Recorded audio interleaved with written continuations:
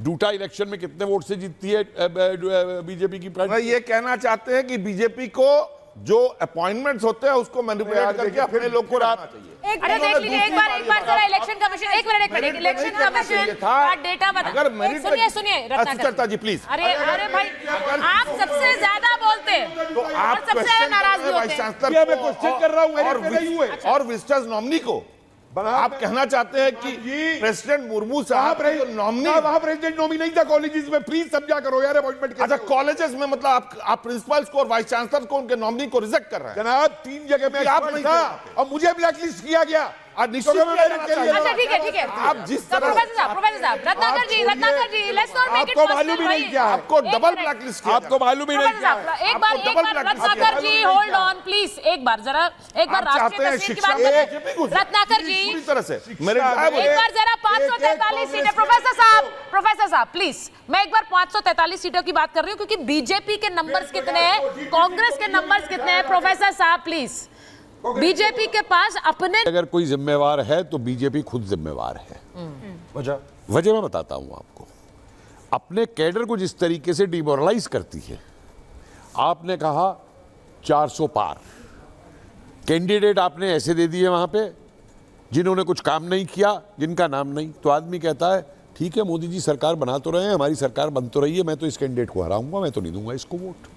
ये grassroot realities है। मैं लेकिन प्रोफेसर मेरा काउंटर सुनिए, 2014 में चुनाव हुआ। नहीं मैं बोल रहा हूं, देखिए मेरी पूरी बात सुन लीजिए आप। 2014 में चुनाव हुआ, हाँ। लोगों को कैंडिडेट का नाम नहीं पता था। मैं कह तो रहा हूं भाई मैं 2019 में चुनाव हुआ, कैंडिडेट का नाम। इस बार क्या लोग कैंडिडेट पर बात कर रहे थे? मैं बता रहा हूं ना आपको, जैसे आपने खुद कहा कि इन्होंने अभी कहा कि अरुण गोविल ने ये कहा कि मैं चुनाव जीतने के बाद मैं बताऊंगा मैं क्या करूं।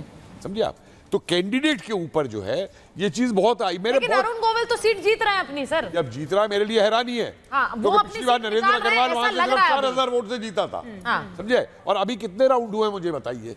आधे हो गए हैं, 3/4 हुए हैं, 2/4 हुए हैं, कितने? या आप मानकर चलिए आधे राउंड तो आधे राउंड हुए हैं ना। पहली बार लोकसभा में आधे राउंड के ऊपर अगर के मार्जिन 1.5-2 लाख ना हो, आप आधे राउंड चढ़ा रहे हैं और कुछ नहीं कर रहे हैं, तो आप नहीं बता सकते कि कौन। पुष्पेंद्र जी, इस बार पहली बार ग्राउंड पर जाने के बाद ऐसा लग रहा था कि लोग कैंडिडेट की बात कर रहे हैं। 14 और 19 में ऐसा नहीं हो रहा था शायद कि लोग कैंडिडेट की बात नहीं कर। इस बार क्या कैंडिडेट की बात कर रहे थे? देखिए 14 में एक दूसरा माहौल था, फिर 19 में भी दूसरा माहौल था।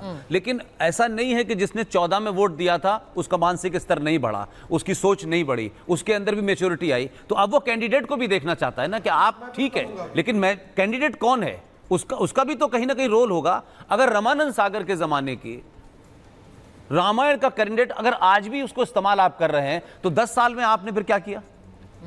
पॉलिटिकल आपने कार्यकर्ता को नहीं पैदा किया ना आपने। आप अरुण गोविल का चेहरा राम के सिर्फ कैरेक्टर के अलावा क्या है? नहीं, पर पुष्पेंद्र जी ये एनालिसिस कितना सटीक बैठता है, इसलिए बोल रही हूँ क्योंकि वहाँ हेमा मालिनी भी अपनी सीट निकाल रही है, वहाँ अरुण गोविल भी अपनी सीट निकाल रहे हैं। जीतने की बात मैं कह रहा हूँ, लार्जली जो पॉलिटिकल कार्यकर्ता है जिसको मिलना चाहिए। अरुण गोविल जी कहाँ थे 10 साल तक?